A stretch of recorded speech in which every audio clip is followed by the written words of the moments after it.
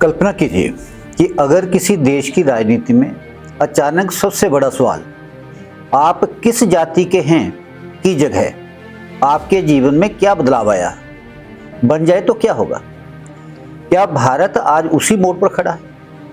क्या देश की राजनीति धीरे धीरे जाति और धर्म की पहचान से ऊपर उठकर विकास, आर्थिक अवसर और राष्ट्रहित की ओर बढ़ रही है, या फिर यह केवल एक राजनीतिक भ्रम है?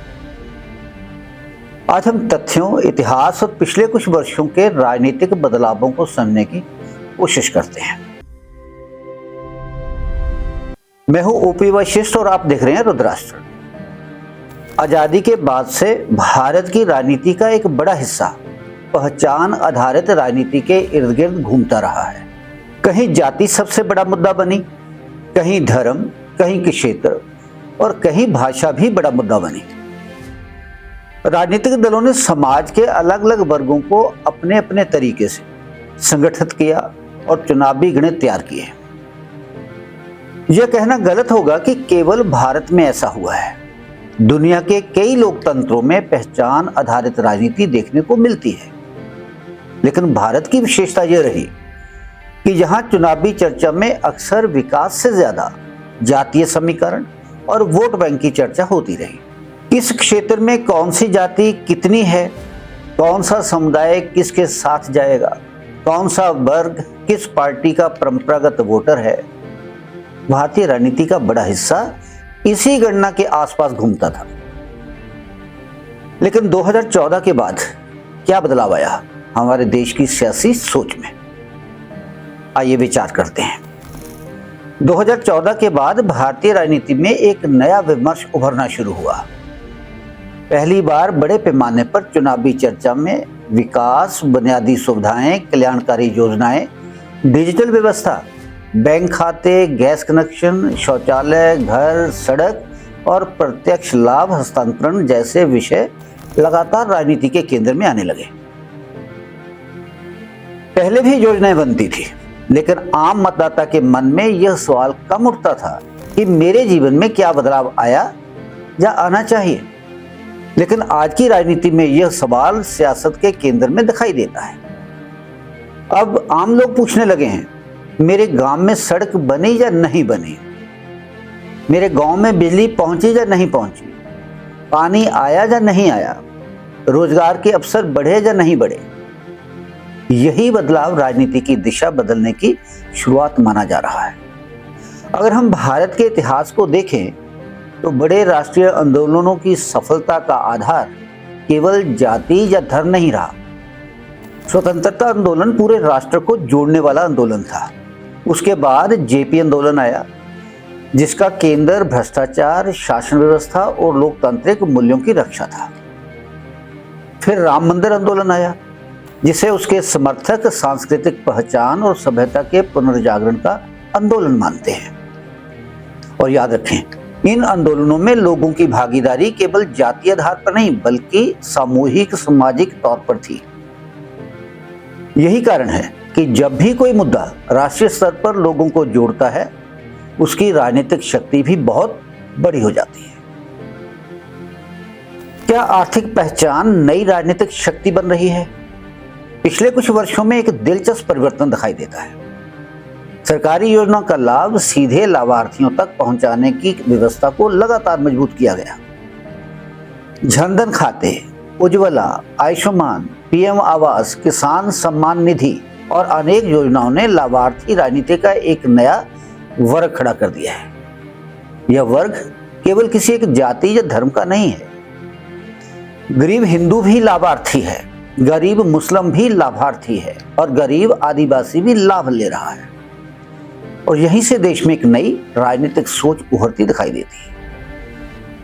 देश की राजनीति में पहचान से पहले सुविधा और अवसर ध्येय वाक्य बनता जा रहा है।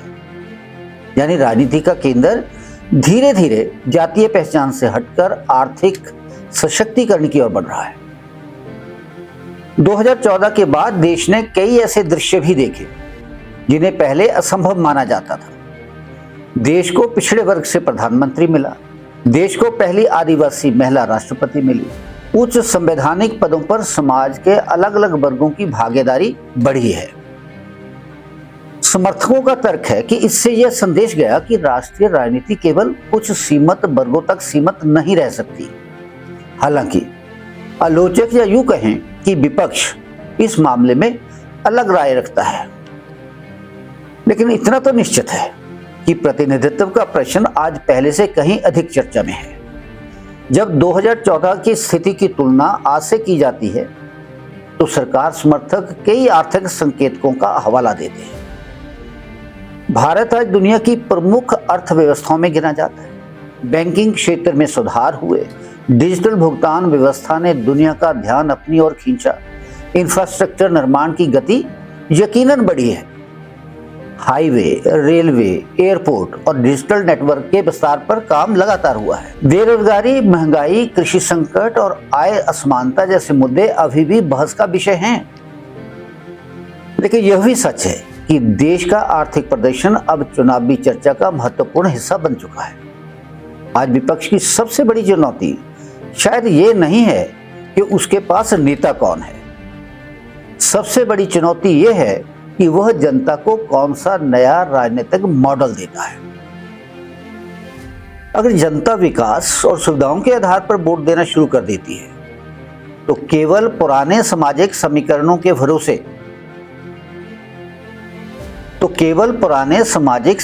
के भरोसे चुनाव जीतना किसी भी पार्टी के लिए कठिन हो सकता है। यही कारण है कि अब लगभग सभी दल विकास, रोजगार और कल्याणकारी योजनाओं की भाषा बोलते दिखाई देते हैं। लेकिन भाजपा के लिए भी बड़ी चुनौती है, बड़ी चेतावनी है। यहाँ यह समझना भी जरूरी है कि लोकतंत्र में कोई भी जीत स्थायी नहीं होती। भारत का मतदाता अगर किसी भी दल को बहुत तेजी से ऊपर उठा सकता है तो नाराज होने पर उतनी ही तेजी से नीचे भी ला सकता है। इसलिए अगर कोई भी पार्टी यह मान ले कि उसकी जीत हमेशा सुनिश्चित है तो वही उसकी सबसे बड़ी गलती हो सकती है। इतिहास गवाह है कि जनता का विश्वास लगातार मेहनत, जवाबदेही और परिणामों से ही बना रहता है। लोकतंत्र में कोई भी राजनीतिक दल जनता से बड़ा नहीं होता। तो अंत में एक ही सवाल, क्या भारत की राजनीति बदल रही है? मेरे विचार से देश की सियासत में परिवर्तन दिखाई तो दे रहा है, लेकिन यह प्रक्रिया अभी अधूरी है, पूरी नहीं हुई। जाति और धर्म की राजनीति भी अभी पूरी तरह खत्म नहीं हुई है, लेकिन विकास, आर्थिक अवसर, सुशासन और राष्ट्रहित के मुद्दे पहले की तुलना में कहीं अधिक ताकत के साथ सामने आए हैं। आने वाले वर्षों में भारत की राजनीति का असली मुकाबला शायद जातियों के बीच नहीं, बल्कि कौन देश या प्रदेश को बेहतर शासन दे सकता है, इस सवाल पर होगा। और दोस्तों, अगर ऐसा होता है तो लोकतंत्र के लिए यह एक सुनहरी महत्वपूर्ण बदलाव माना जाएगा। अब आप बताइए, इस विषय पर आप क्या सोचते हैं? क्या भारत की राजनीति सचमुच बदल रही है या हमें केवल उसका एक नया रूप दिखाई दे रहा है? अपनी राय कमेंट बॉक्स में जरूर लिखिए। अगर आपको ये विश्लेषण पसंद आया हो तो वीडियो को लाइक, शेयर और चैनल को सब्सक्राइब करना बिल्कुल मत भूलिए।